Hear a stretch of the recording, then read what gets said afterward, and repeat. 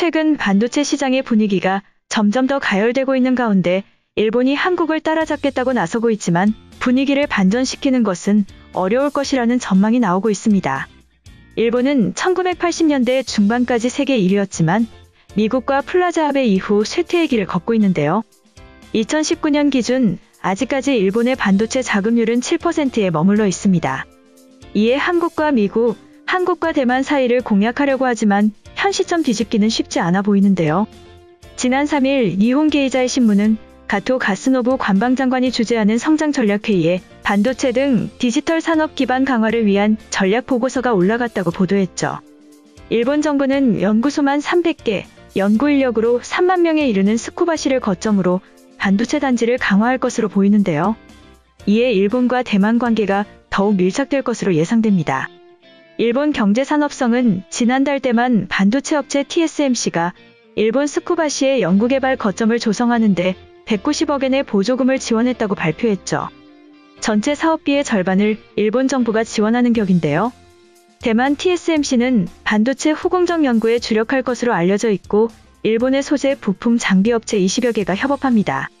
니케이에 따르면 다음 달 스쿠바시에 있는 일본 산업기술종합연구소에서 시험라인 정비가 시작되고 내년부터 본격적인 연구개발을 시작한다고 전하였죠. 그럼에도 반도체 업계 관계자는 일본이 현 반도체 시장 상황을 바꾸기는 어려울 것으로 전망하였는데요. 일본은 오랜 시간 동안 반도체 소재와 장비 분야에서 세계적으로 경쟁력을 자랑했지만 제조 공정은 다르다고 평가했죠. 반도체 설계와 패키징 일부 분야에 비집고 들어올 수는 있어도 막대한 투자를 지속적으로 감당하기는 어려울 것으로 예상했습니다. 한편 다음 주 일본의 역사 왜곡의 종지부를 찍을 수 있는 소송의 결론이 날 것이라는 소식이 전해졌습니다. 오는 10일 서울중앙지법 민사 34부는 강제징용 노동자와 유족 85명이 일본 기업을 상대로 손해배상 소송의 판결을 선고한다고 전하였습니다.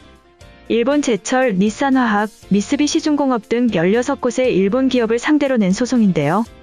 일제강점기 일본에 강제적으로 군수기업에 동원된 피해자들이 국내 법원에 제기한 소송으로 강제징용 관련한 여러 사건 가운데 규모가 가장 큰 것으로 전해졌죠. 이번 사건은 2015년 5월 처음 소송이 제기되었는데요. 이후 일본 기업들이 소송에 응하지 않아 몇 년간 지연되었습니다. 이에 올해 3월 법원이 공시송달을 진행하고 선고기일을 지정하여 일본 기업들은 국내 변호사를 대리인으로 선임하면서 소송이 다시 재개되었죠. 지난달 한 차례 변론기일에서 일본 기업들은 재판에서 국내 피해자들의 주장을 확인하고 사실관계를 파악할 시간이 필요하다고 하였는데요. 하지만 재판부는 이미 2차례 대법원의 판단을 받은 사건이기 때문에 선고일을 지정했습니다. 앞서 대법원 전원합의체는 2018년 10월 강제징용 피해자 4명이 일본 제철을 상대로 낸 손해배상 청구를 받아들였는데요. 결국 피해자들에게 각 1억 원을 배상하도록 판결했죠. 그러나 일본 제철이 배상을 미루자 법원은 2019년 1월 피해자 변호인단이 제출한 일본 제철의 한국 자산인 P&R의 압류 명령을 송달했습니다. 2019년 대구지법 포항지원은 압류 명령 송달 절차를 시작했지만 일본 외무성이 해외 송달 요청서를 받고도 수차례 반송했는데요. 이에 국내 법원은 공시송달을 결정했습니다. 올해 초 법원은 일본 제철의 한국 내 자산인 P&R 주식을 현금화하기 위해 감정을 진행하고 자산 매각에 속도를 내고 있죠.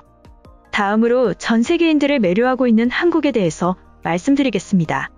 지난 5일 문화체육관광부 해외문화홍보원에 따르면 외국인이 생각하는 한국 이미지에 대한 긍정 응답은 74.5%였는데요.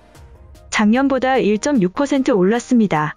한국에 대한 국가 이미지도 긍정적인 응답이 78.1%로 1.4% 올랐죠.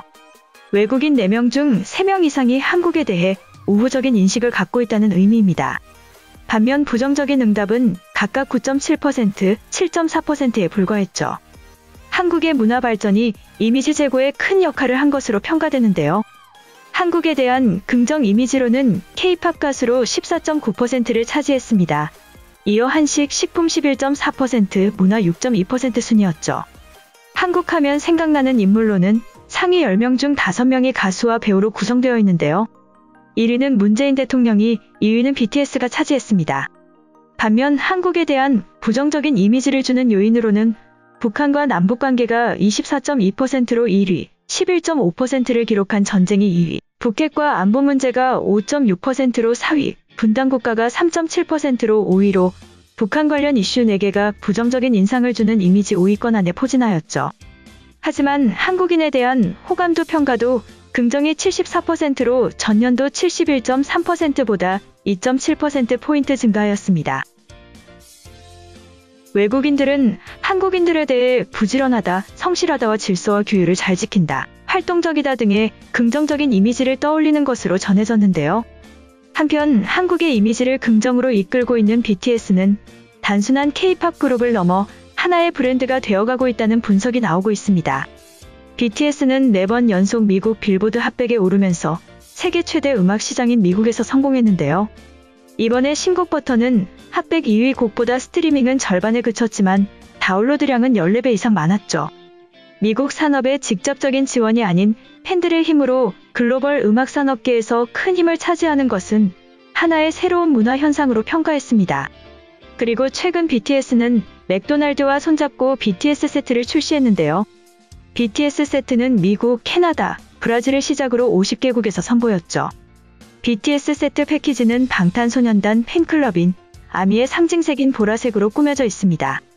디핑소스 포장지에는 영어와 함께 스위트 칠리, 케이준이라고 한글로 표시하여 전 세계에 한글이 적힌 소스도 판매한다는 점에서 의미가 크다고 보여지는데요. 하지만 아시아에서도 큰 시장인 중국과 일본에서는 BTS 세트를 출시하지 않은 것은 이례적이죠. 이에 대한 배경은 BTS가 지난해 10월 한국전쟁 발언으로 중국에서 미운털이 박혔기 때문인데요. 당시 리더 RM은 올해 한국전쟁 70주년으로 한미 양국이 함께 겪었던 고난의 역사와 많은 희생을 영원히 기억해야 한다고 전했죠.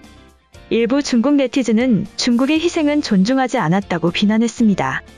최근 방탄소년단의 미국 시트콤 프렌즈 특별판 출연분이 중국에서 삭제된 것도 비슷한 이유로 추정되고 있는데요. 또한 일본에서 BTS는 과거 혐한의 표적이 되기도 했습니다. 2018년 일본 TV 아사히 뮤직 스테이션 출연이 무산되었죠. 일본 극우 매체는 BTS 지민이 광복절 기념 티셔츠를 입고 방송에 출연하고 RM이 SNS에 광복절 기념 트윗을 남긴 것을 문제 삼았는데요. 하지만 방탄소년단은 일본에서 변함없는 인기를 입증하고 있습니다.